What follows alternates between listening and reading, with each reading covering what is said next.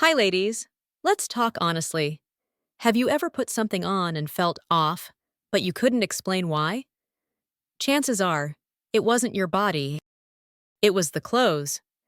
As we age, our lifestyle, energy, and identity evolve. But sometimes, our closet doesn't keep up.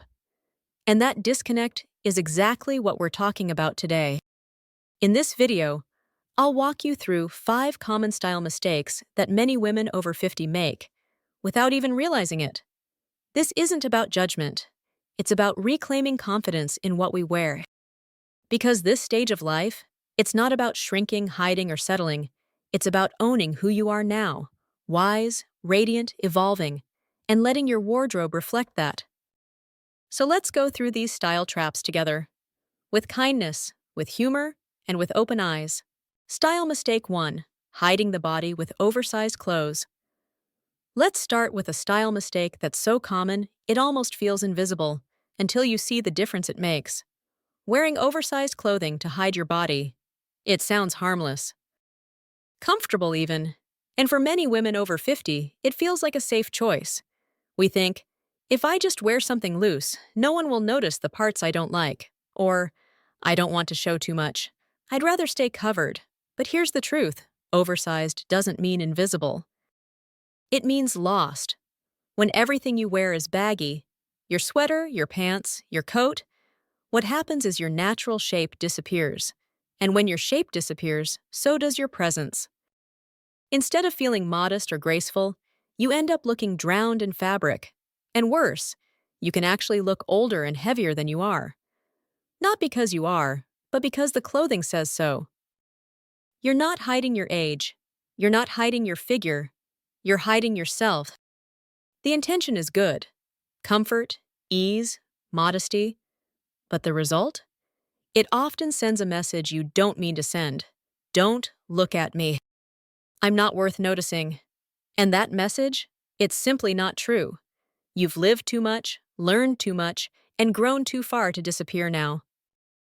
What you wear should reflect the energy you still have, not the fears you've outgrown. So what's the alternative? You don't need to wear tight clothing.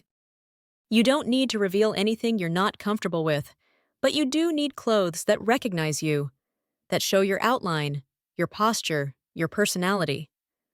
Try this: a soft knit top that skims your shoulders and drapes lightly at the waist. Pants with a high rise and a tapered leg. Not tight, just structured.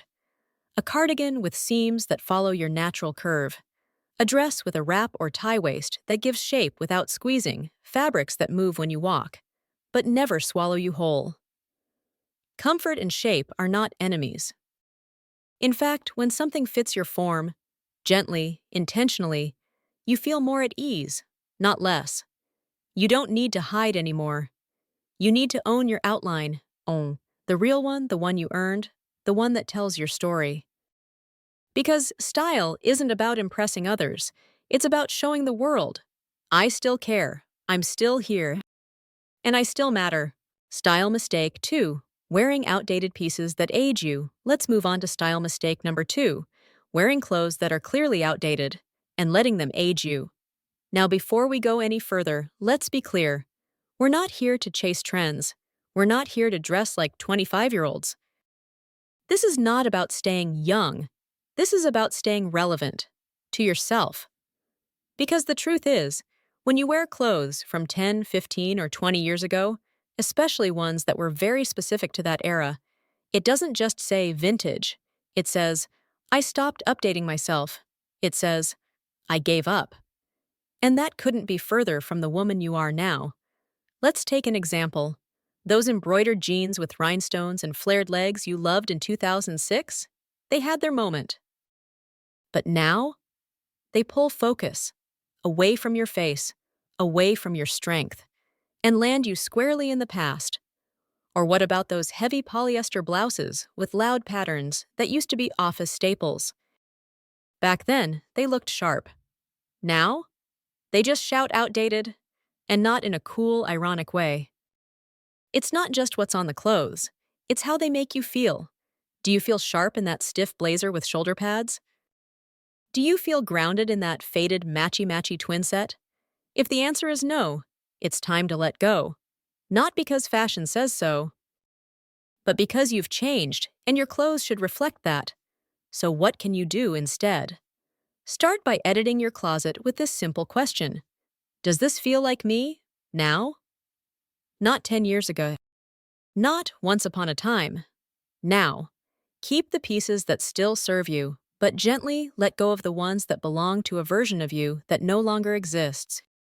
Then, bring in modern classics, a tailored blazer with softer seams, a crisp white shirt without too much stiffness, jeans with a clean wash and updated cut, a statement necklace or scarf that says, I'm present, not I'm stuck. You don't need to throw away your whole wardrobe. You just need to bring it back into alignment with who you are today. Remember, you're not dressing to look younger. You're dressing to look alive, to feel seen, to step out of the past and into your present power. Because nothing says confidence like a woman who knows her worth and lets her clothes say it too. Style mistake No. 3. Wearing the wrong colors for your skin tone. Now let's talk about something subtle, but powerful. Wearing the wrong colors for your skin tone. This isn't just about liking or disliking certain colors. It's about how those colors affect the way your face looks, your energy feels, and your whole presence comes across. As we age, our skin tone often shifts. It may become cooler, paler, or slightly warmer. We lose some of the contrast we had in our 30s or 40s, especially if our hair is going gray or silver.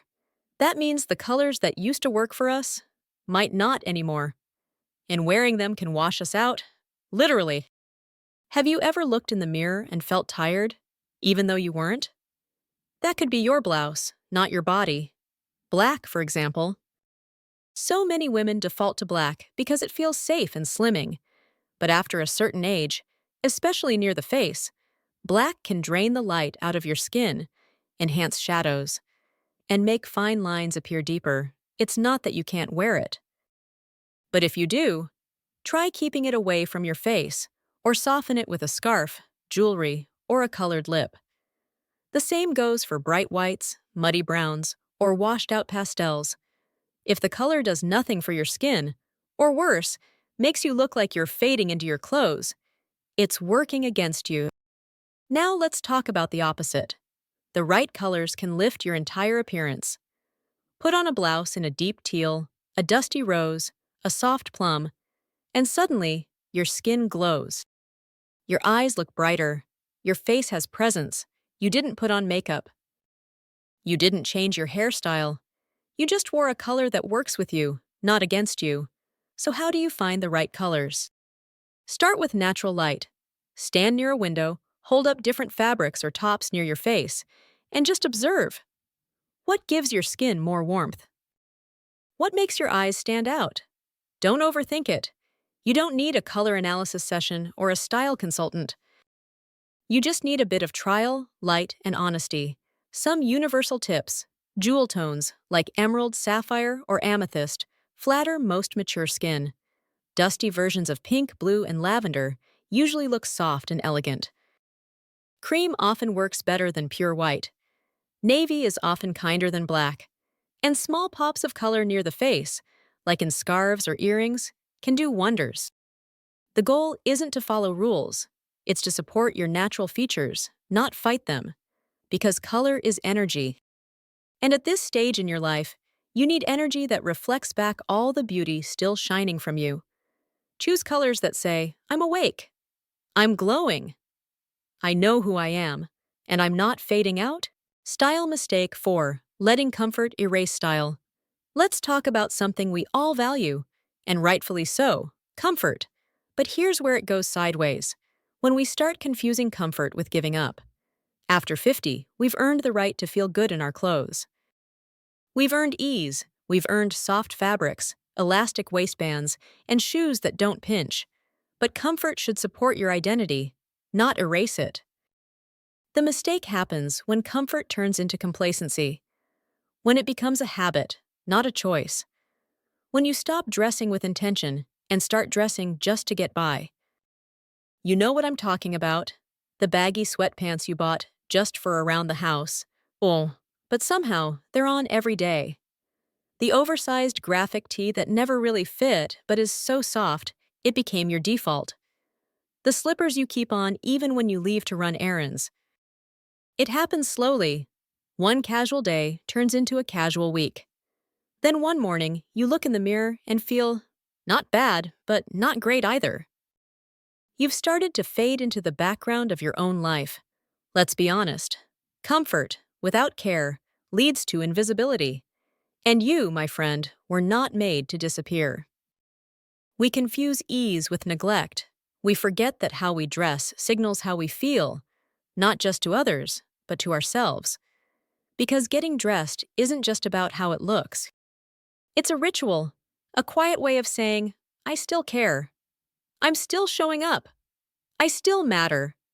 You don't need to wear anything fancy. You don't need to follow trends. But you do need to dress like you recognize yourself, like you honor the woman you've become. So how do we do that while staying comfortable? It starts with redefining what comfort means. Comfort can look polished. It can be a soft knit dress with a flattering cut, a pair of pull-on trousers that drape just right, a t-shirt with clean seams, and a neckline that flatters your face. It's a cardigan that hugs instead of swallows, a shoe that supports and still elevates your step. And yes, it's in the little details too. A pair of earrings, a scarf with personality, hair that's brushed, and lips with a little balm. These aren't big things, but they bring you back to yourself. Because the truth is, when we stop dressing with intention, we stop noticing ourselves.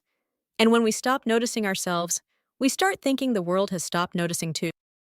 But here's what I believe.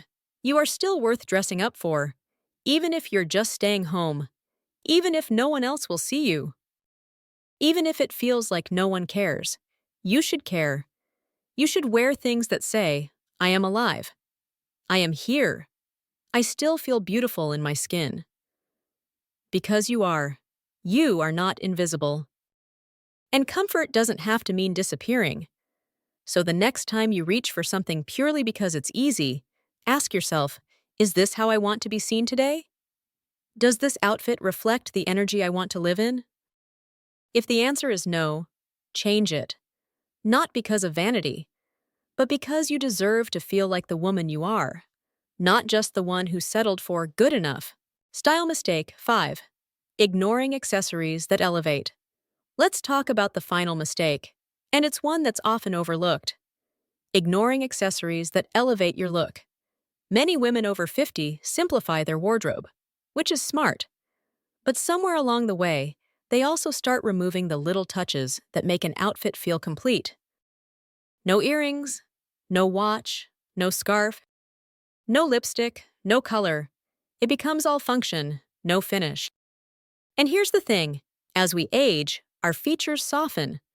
Our hair may gray, our skin may change, and what used to be bright about us starts to fade just a bit. Accessories bring that brightness back. They draw attention to your face. They create contrast, movement, light. They say, I still care about beauty. I still care about me. Think about the woman who walks into a cafe in a plain sweater and jeans. She looks fine, neutral. Fades into the room. Now picture the same woman with a pair of bold earrings, a colorful scarf at her neck, a ring that catches the light, a soft lip color that brightens her smile. It's still her, same clothes. But now she glows. Accessories are not about being flashy or trying too hard. They're about finishing the sentence of your style. Without them, the sentence feels incomplete. With them, you're saying, I know who I am, and I choose to show up fully. Some women say, I'm too old for accessories. But that's like saying a flower is too old for sunlight. You're not too old. You're too powerful to skip the details. So what can you do? Keep a few go-to accessories near your mirror. A pair of hoops, a statement necklace, a silk scarf. When in doubt, add one small thing that makes you smile. If you're wearing a plain outfit, let one element shine. A brooch, a hair clip, a colored frame on your glasses. And if you don't feel comfortable with bold accessories, that's okay. Even a small pair of pearl studs or a silver bangle can say a lot. What matters is the intention. It says, I didn't just throw this on, I chose it. I'm still worth this little bit of effort. Because you are. The world may not always notice the small things, but you will. And how you feel in your clothes will change the way you move through the day. Accessories aren't just decoration, they're punctuation. And after 50, every sentence you write deserves to end in something strong, clear, and beautiful. So here we are. We've talked about the clothes that hide us, the outdated pieces that age us, the wrong colors that wash us out, the comfort that makes us disappear, and the missing accessories that could have said, I'm still here. But this isn't just about fashion. It's about presence, about choosing to take up space, about saying every day, I still matter. My story is still being written. You don't need to throw out your closet. You don't need to start over. You just need to start seeing your wardrobe as a reflection of your power, not your past. Because after 50, style isn't about staying young. It's about staying visible. It's about living fully and dressing like you mean it. So choose one thing this week. Just one. Add a scarf. Swap that old tee. Try a new color. Show up for yourself. You're not invisible. You're just getting started,